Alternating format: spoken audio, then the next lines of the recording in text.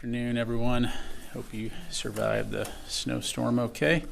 A few things to pass along at the top, and then I'll be glad to get to your questions. As you are aware, Secretary Austin was released from Walter Reed National Military Medical Center Monday, and on the advice of his doctors, will perform his duties from home for a period of time while he recuperates. As our press release highlighted, the Secretary has full access to required secure communications capabilities in his home.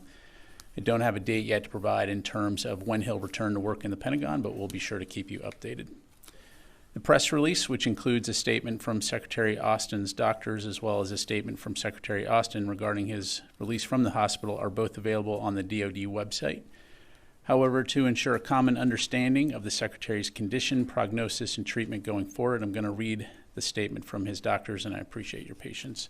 This is from Dr. John Maddox, Trauma Medical Director, and Dr. Gregory Chestnut, Director of the Center for Prostate Disease Research at the Murtha Cancer Center of Walter Reed National Military Medical Center. Quote, Secretary Austin progressed well throughout his stay, and his strength is rebounding. He underwent a series of medical tests and evaluations and received non-surgical care during his stay to address his medical needs, to include resolving some lingering leg pains. He was discharged home with planned physical therapy and regular follow-up. The Secretary is expected to make a full recovery. Secretary Austin's prostate cancer was treated early and effectively, and his prognosis is excellent. He has no planned further treatment for his cancer other than regular prostatectomy surveillance, end quote. And again, as we receive pertinent updates, we'll be sure to pass them along. Separately, as you know, the U.S. and United Kingdom, along with support from Australia, Bahrain, Canada, and the Netherlands, conducted strikes against military targets in Houthi-controlled areas of Yemen last week in support of a multinational effort intended to disrupt and degrade the Houthis' ability to attack international shipping in the Red Sea and Gulf of Aden.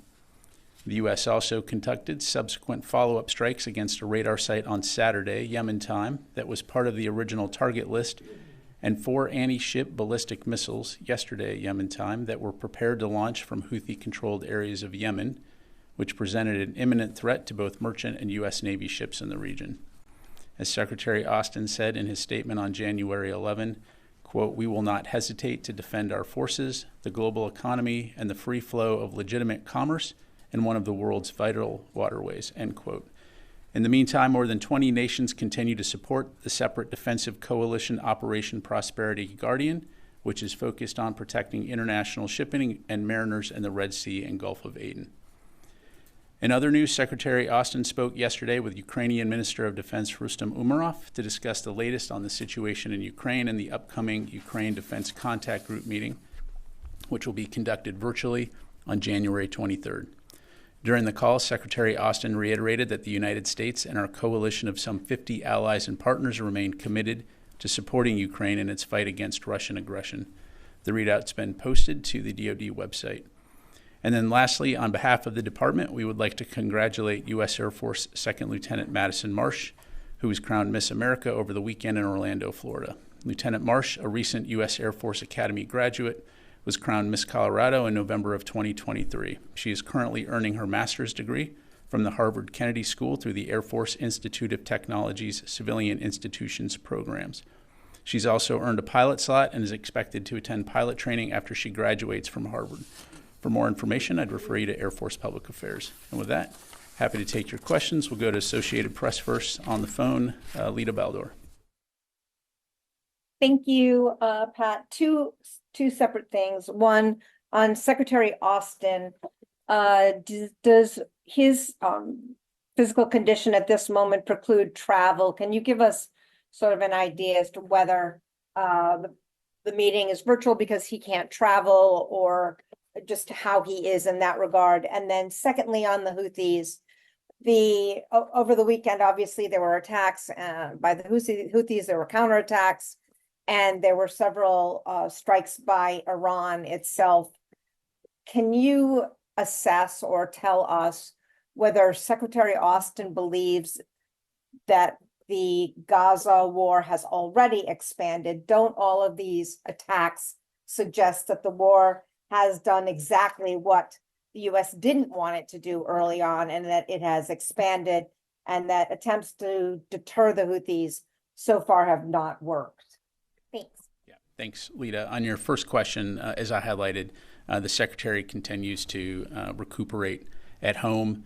He does have planned physical therapy, as I highlighted there in the Secretary or his doctor's statement. And so in terms of travel, no travel scheduled in the immediate future, but again, we'll keep you updated. And to answer your question, obviously the UDCG is very important, the Ukraine Defense Contact Group, and as he continues to recuperate, he of course wants to participate in that, and so that certainly is a factor in terms of why we're doing this virtually. In terms of your second question, clearly there are tensions in the Middle East. There have been tensions there since the Israel-Hamas conflict has kicked off. We continue to work very closely with our allies and our partners in the region to prevent the Israel-Hamas conflict from escalating into a wider regional war. When it comes to the activities that we see by the Houthis in the Red Sea, again, they are exploiting this situation to conduct attacks against the ships and vessels from more than 50 countries, affecting more than 50 countries around the world. And so we are going to continue to work with our partners in the region to prevent those attacks or deter those attacks in the future. And we're also going to continue to work very hard to prevent the Israel-Hamas conflict from escalating into a broader regional conflict. But to answer your question, no. We currently assess that the fight between Israel and Hamas continues to remain contained in Gaza. Let me go to Tom. Pat, do you have a battle damage assessment at this point on the U.S.-British strikes? And also, the New York Times has reported that the strikes took out roughly 1/4 of the Houthi capabilities. I was talking with some folks on the Hill. They were told the strikes would set back the Houthis by a few days or a few weeks. Could you talk about those points? Yeah, thanks, Tom. So I'm not going to get into specific intelligence in terms of percentages. What I will tell you is that in our assessment, we hit what we intended to hit with good effects. Again, the objective here was to disrupt and degrade Houthi capabilities to conduct attacks. And we believe that overall, in terms of the scope and the number of strikes that we took, we have degraded their ability to attack. Clearly, they maintained some capability, and we anticipated that after any action, there would likely be some retaliatory strikes. And that's what you're seeing now. So we're going to keep working alongside our international partners. And as I highlighted at the top, we're going to continue to do what we need to do to protect our forces, but also deter future attacks from the Houthis. I'm not going to telegraph, forecast, or speculate about any future strikes other than to say that these actions by the Houthis are illegal, reckless, and dangerous, and they need to stop. And you can't say how much you've degraded or disrupted the Houthi capabilities? I'm not going to get into percentages or talking other than to say, we employed over 150 munitions, targeted over 16 locations, and had impact. Thank you. Fadi. Thank you, General. I have two questions. We've been reporting about a new attack today in the Gulf of Aden from Houthi-controlled areas in Yemen that targeted a U.S. merchant vessel. What can you tell us about the situation and any information you can offer on the situation? Yeah. Thanks, Fadi. I am tracking reports coming out of the region. We're working with Central Command now to get more information on that, and so certainly we'll, as we have been, put that information out as quickly as we can. You confirm the attack happened? I'm tracking reports of an attack coming out of the region. As you mentioned, the strikes against Houthis in Yemen are trying to disrupt their ability to continue these attacks. However, since the first wave of those strikes in Yemen, two more, for the first time, 2 U.S. ships have been targeted. Would you say the security situation in the Red Sea area is better or worse after those U.S. strikes? What I can tell you is that we've degraded Houthi capability to conduct strikes. As I highlighted and as we highlighted shortly after those strikes, we would not be surprised if we saw efforts on their part to continue to try to conduct retaliatory strikes. Ultimately, at the end of the day, let's take a step back and look at how we got here. Mid-November, we started seeing these attacks despite multiple warnings. and multiple efforts, the Houthis have continued. And so there was an international coalition, including the countries that I highlighted at the top, that have taken action to prevent these strikes or deter these kinds of attacks in the future. Ultimately, at the end of the day, again, the Houthis need to ask themselves how much of their capability do they want degraded and disrupted in light of these illegal, reckless, and dangerous attacks. The United States, this is not about the United States. This is about the ability of the nations of the world to sail an international waterway through the Red Sea, through which 10 to 15% of economic trade transits, and do so safely and securely. That's what we're focused on, and we'll continue to work closely with the international community to deter these attacks. It's an international problem that requires an international response. Chris. Thanks, Pat. Iraqi Prime Minister Mohammed al-Sudani told the Wall Street Journal that the U.S.-led military coalition that is in Iraq to fight ISIS was no longer needed. He said, quote, "We believe the justifications for the international coalition have ended." Sudani didn't set a deadline for the departure of the coalition, nor did he close the door, but he said he was no longer worried that the departure of the coalition would undermine Iraqi military capabilities. So what is the U.S. response? I'm not going to comment on the Iraqi, government's remarks other than to say U.S. forces are in Iraq at the invitation of the government of Iraq. We value Iraq as a partner. We'll continue to consult closely with them. At this time, I'm not aware of any official request by the government of Iraq for DoD forces to depart. I'll just leave it at that. Have there been requests for any official talk about Well, as I highlighted at the last two press briefings, we continue to engage in conversations and communications with our Iraqi partners on U.S. force presence in Iraq as it relates to the safety and security of those forces. But again, U.S. forces are there at the invitation of the government of Iraq, focused on the Defeat ISIS mission. One and then more last question. You try to ask it a different way, maybe I'll answer it a different way. Well, yes. On the Defeat ISIS mission, how would that be undermined by that presence? I mean, this is obviously an enduring threat that you've had to deal with both on the ground, in the air. How would U.S. national security possibly be undermined if U.S. forces could no longer operate in Iraq? Yeah, thanks, Chris. So I don't want to get into hypotheticals. We know that ISIS continues to be a threat.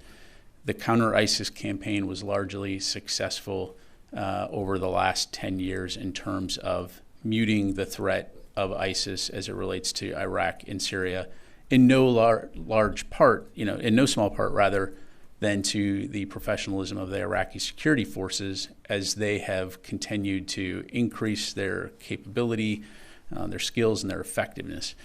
So credit where credit is due.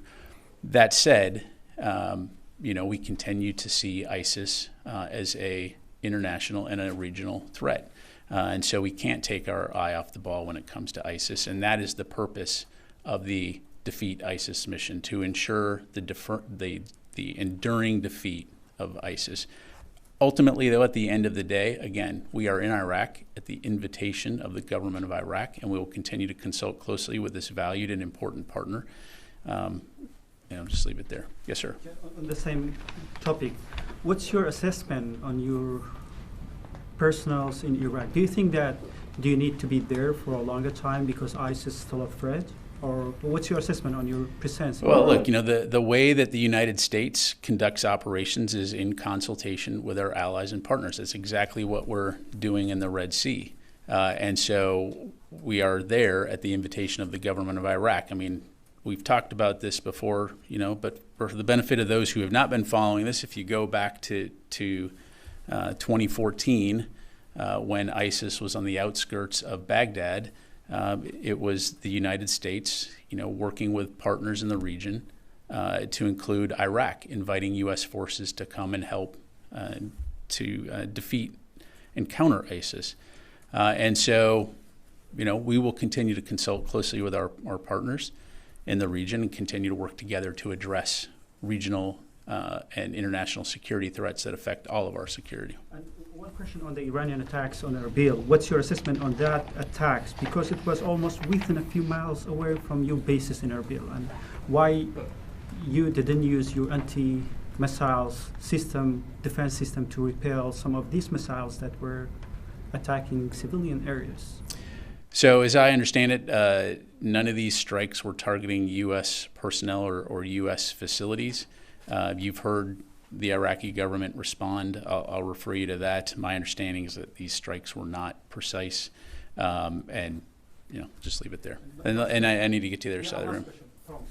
Yeah, the 2024 National Defense Authorization Act includes a provision for equipment for Iraqi Kurdistan Peshmerga forces with air defense. Are you going to work on that?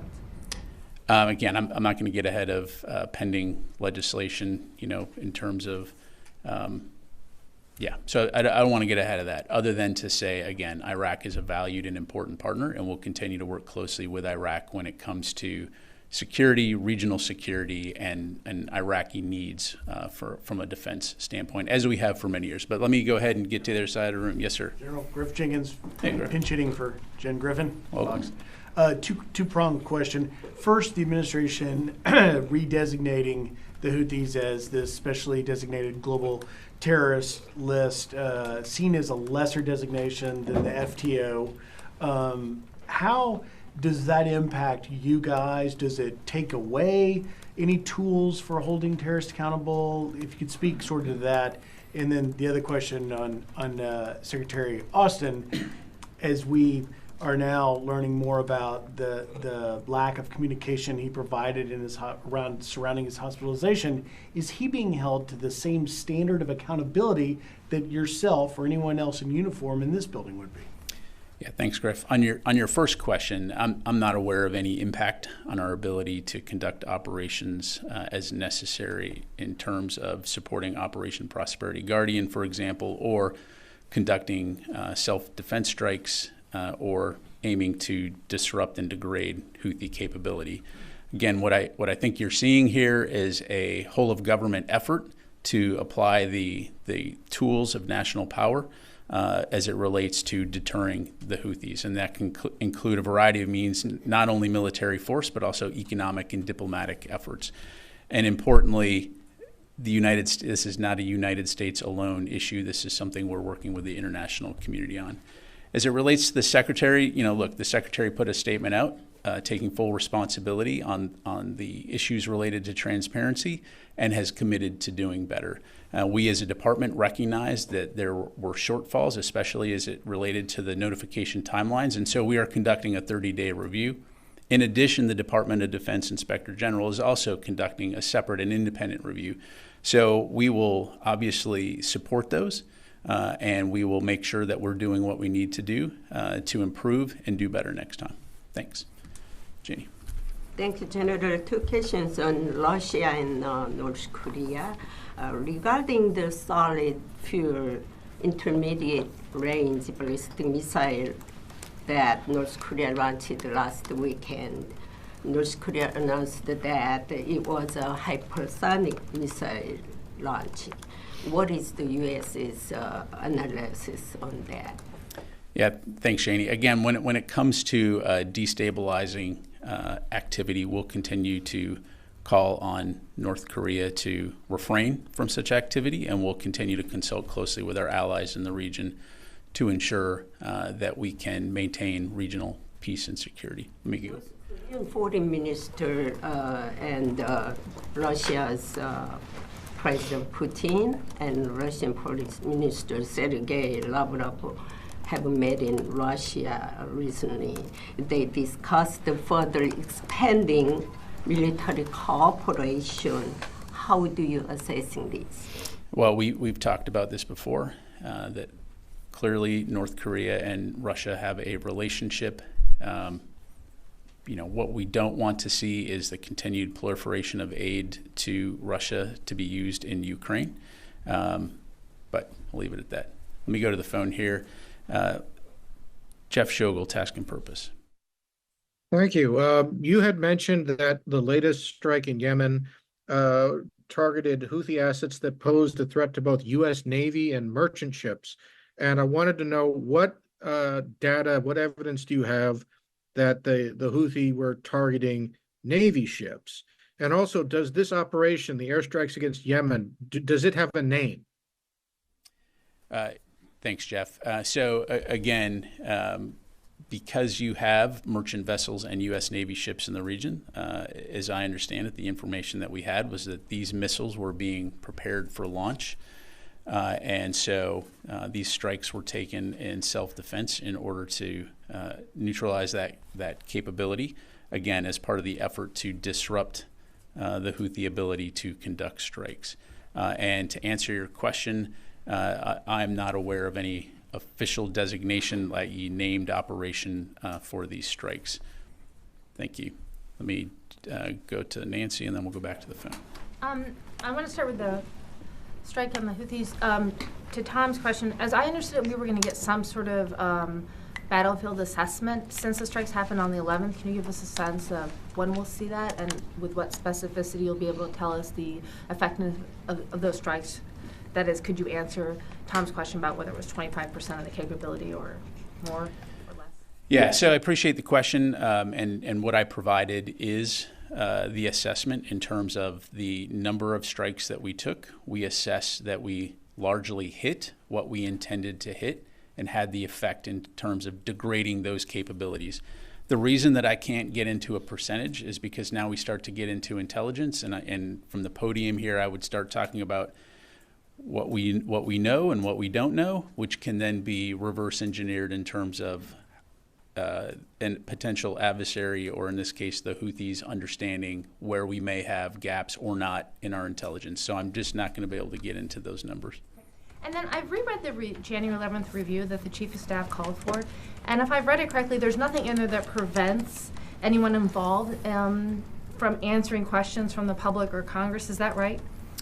So the 30-day review is to identify, and if you just permit me here, just use the exact words, relevant facts and circumstances, and evaluate the processes and procedures through which the Deputy Secretary of Defense was notified that she should carry out the functions and duties of the Secretary of Defense. The purpose is to better understand the facts surrounding these events and to recommend appropriate processes going forward. Separate from that, there will be an independent IG review to examine the rules, processes, procedures, responsibilities, and actions related to the Secretary's hospitalization.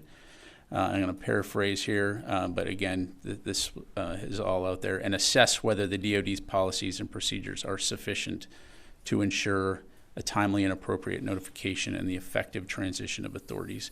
So again, all of these, as I understand it, will be comprehensive in terms of looking at the Secretary's hospitalization and the required notifications. Behind all of this, however, again, just to reiterate, at no time was there a gap in DoD command and control. Right, but my question is, there's nothing in the memos as I read them that prevents somebody who is involved from answering questions publicly about their role in it. There's nothing that precludes that. At the risk of trying to prove a null hypothesis, I think the department personnel, of course, are going to be available to answer questions from whoever's conducting the review, whether it's the Director of Administration and Management or the DoD IG. Right. I guess the reason I'm asking is, as you know, we've been asking you some of the same questions over and over again since the 5th, and you've been unable to provide answers.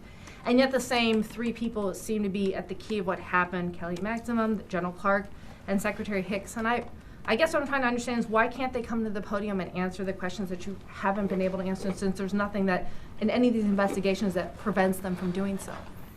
So, Nancy, what I would say is, again, we are committed to supporting these reviews. Obviously, we want to make sure that we're getting the facts, that we're doing what we need to do, improve processes going forward. In terms of Secretary Austin engaging the press, again, as we've talked about, I'm certainly aware of the interest.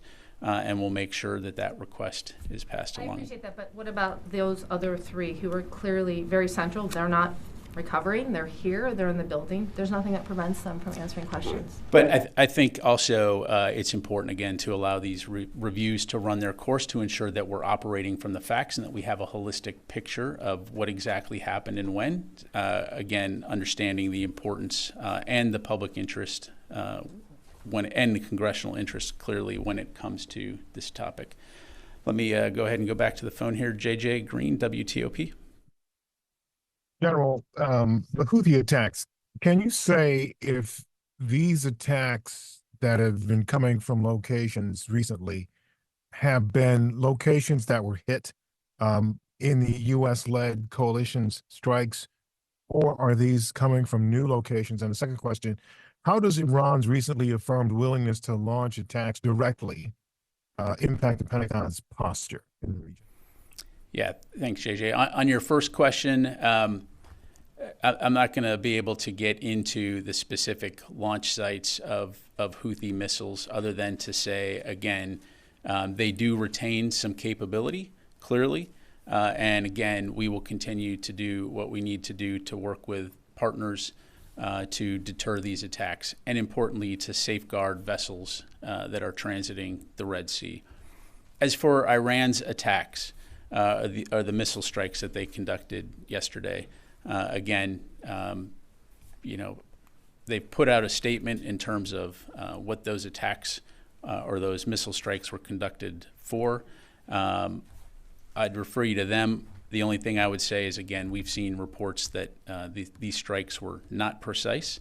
And of course, we in the United States continue to work closely with allies and partners in the region to prevent the conflict in Gaza from expanding into a broader regional war. Missy. Just a couple of questions.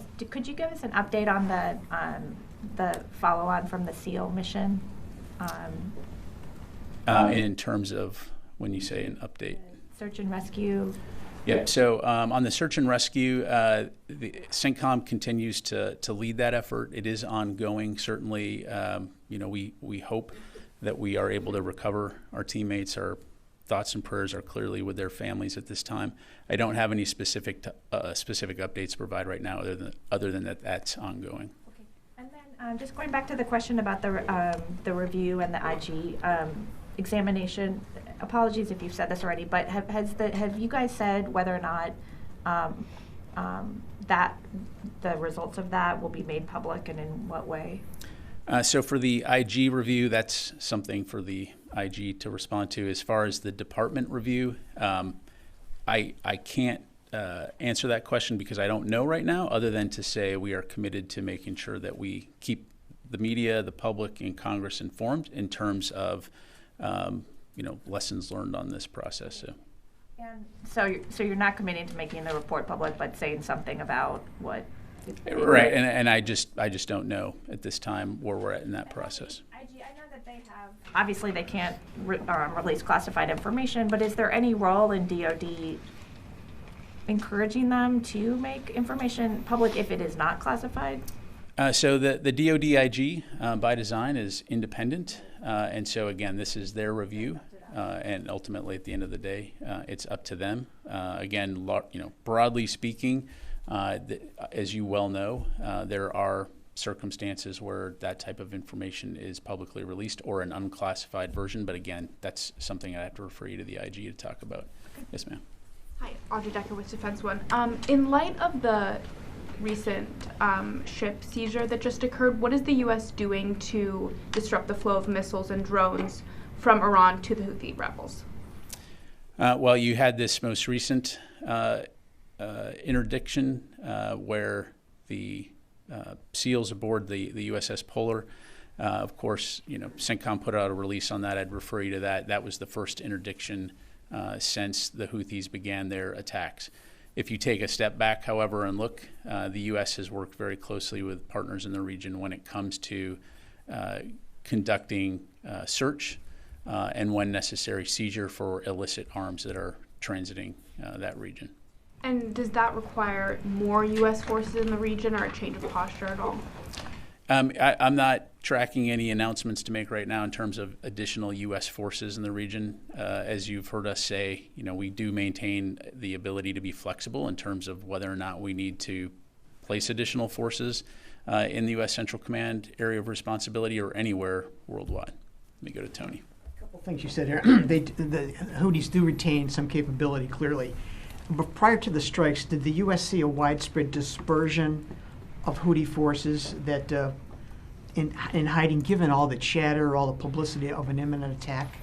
Yeah, thanks, Tony. I'm just not going to talk about intelligence about what we knew pre-strike. Other than, again, we maintain a significant intelligence capability, and I'll just leave it there. Now, yesterday, the CENTCOM announcement saying these missiles were launched prior to strike. They were hit prior to launch. That implies that there's a really good sense of ISR over Yemen to pick up missiles on the ground being ready to launch. Is it fair to say that the U.S. at this point in the coalition have established a robust ISR capability, intelligence, surveillance, reconnaissance capability over Yemen, and that the posture now is preemptive strikes versus reactive taking on an anti-ship missile? Yeah, thanks, Tony. Appreciate the question. Again, I'm just not going to be able to talk about intelligence or specific capabilities as it relates to Yemen.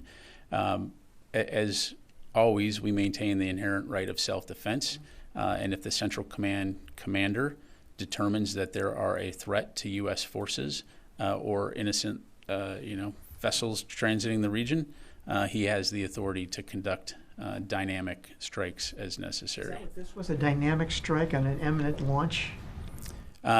Yes. I mean, a dynamic strike means if you see a situation where forces are in danger or there's a threat, then you have the authorities to conduct a strike. Drone strikes, since they were loitering over? Yeah, so for operation security considerations, I'm just not able to go into more details in that regard. So let me go back to the phone here. Howard, Warzone. Yeah, thanks. I just wanted to follow up on a few things. First of all, I wasn't sure, did you say you're not saying how that strike, on the preemptive strike, was carried out? And additionally, the Houthis have said that they're going to strike U.S. bases in the region. Do you anticipate that's going to happen? And then another question, Iran said it carried out a missile strike with a new missile that reached about 800 miles. Are you tracking that? And how concerned is the Pentagon about this capability? Thanks. Yeah, thanks, Howard. On your last question, I don't have anything to provide other than obviously, the capabilities that Iran maintains and develops is something that we watch closely all the time. And then on your first question, I apologize. What did you ask again? That was. Can you say how the preemptive strike was carried out on those Houthi missiles the other day? What struck it? Again, for reasons of operation security, I'm just not able to go into further details on that. Again, we will try to lean forward as far as we can when we're able to talk about those kinds of capabilities. But there will be times for either operation security reasons or diplomatic sensitivities that we're just not able to go into detail. Let me go to Reuters. Hey, this is Phil. Thanks. Real quick, on the BDA thing, the White House had suggested that you would be able to answer questions about the BDA in the briefing yesterday. And BDAs in the past have been, given out without reservations or caveats like the ones we heard today. Wondering whether or not there's concern about a U.S. intelligence capability in Yemen, or what it is that's making this case different. If you could explain that. And then secondly, can you assure us today that there are no U.S. troops on the ground in Yemen providing intelligence or other support for what's going on? Thanks. Yeah, thanks, Phil. I'm not aware of any U.S. forces on the ground. In terms of BDA, we'll continue to keep you updated as best we can. If we have a more detailed analysis to provide, we'll be sure to do that. And I'll just leave it there. Thanks, Phil. Time for a couple more. Constantine. Thanks, Ryder. Thanks, General. Just following up on Secretary Austin, there was some reporting yesterday that the 911 call was released to several outlets, and an aide on the call says we're trying to remain a little subtle in asking the ambulance to approach the house quietly. Is there any context to those remarks that you can offer? Well, again, as I highlighted, we're conducting a review. The Secretary has publicly come out and taken responsibility in terms of the need to do better in terms of transparency as it relates to his medical treatment. So I'll just leave it there. And just a quick follow-up. Does that mean that he's got a live-in Pentagon military aide in his house with him at all times? The Secretary has, for obvious reasons, 24-hour, 7-day-a-week security and staff support, as one would expect for the Secretary of Defense. Thanks. Warren? I want to just follow up on that more specifically. Can you say why the aide asked for subtlety from the ambulance? I understand there's a 30-day review, but it shouldn't take 30 days to know why he asked for subtlety. Was that an order from the Secretary, or did he do that on his own accord? Yeah, thanks, Oren. Again, I'm not going to have more details provided. We're reviewing this. The Secretary has, again, taken responsibility in terms of the need for transparency as it relates to his medical care. But beyond that, I don't have any further details. I'll follow up on a different topic, if I may, on the SEALs. Why were SEALs on this mission? If I'm not mistaken, and I may be mistaken here, SEALs aren't normally part of a team that does visit, board, search, and seizure operations. Was there a specific reason that this particular mission involved SEALs? So I'm not going to go into the specifics of the operation other than to say we use a wide variety of capabilities around the world for a wide variety of missions. And so, there are going to be missions that SEALs are involved in that require that specialized skill. So, Courtney. Did you answer, I think it was Phil's question about saying there were no U.S. troops in Yemen? I'm sorry. I'm not tracking any U.S. forces on the ground in Yemen. And then yeah, in terms of Houthi-controlled areas, which I think is what he was asking.